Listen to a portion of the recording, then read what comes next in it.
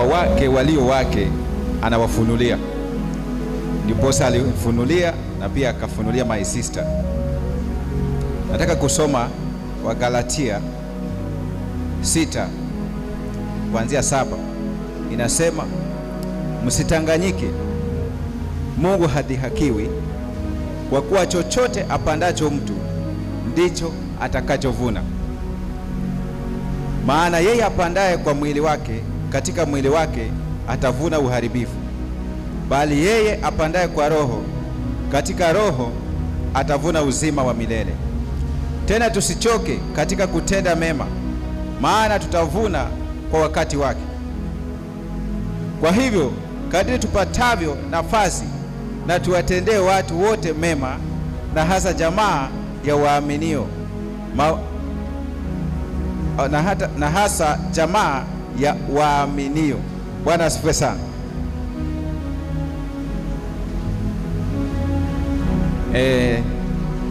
Nikiunganisha na ile sister alikuwa amesoma na akatuambia ya kwamba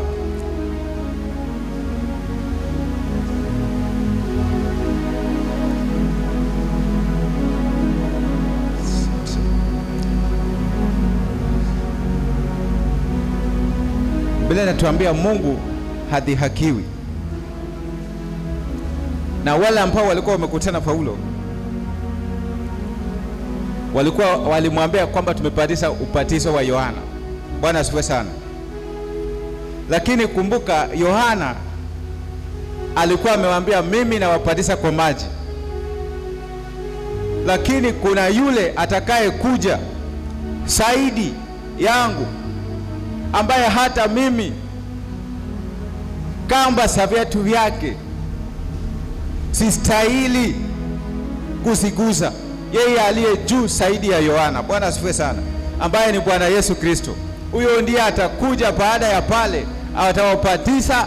Inasema atawapatisa kwa Roho Mtakatifu, na hiyo ndiyo kuingizwa ndani ya ufalme wa Mungu. Bwana asifiwe sana. Na kwa hivyo hauwezi mdhihaki Mungu kwa uongo ya kwamba umebatizwa ndani ya maji peke yake. Kwa hivyo maji peke yake ambayo ilikuwa ni ubatizo wa Yohana hautoshi kuwa mwaminio, wala hautambui au kutambulishi wewe katika ufalme wa Mungu. Bwana asifiwe sana.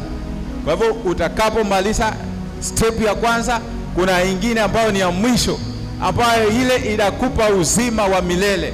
Biblia inasema hiyo ubatizo ni ubatizo wa maji, ni ubatizo wa mwili. Bwana asifiwe sana. Kwa sababu baada ya kuosha mwili na yale maji, kuna ubatizo wa roho. Roho yako iweze kubadilishwa sasa. Badilishe mawazo, uache mawazo ya kimwili, vae yale mawazo ya kiroho. Bwana asifiwe sana. Sitawachosha, mbarikiwe.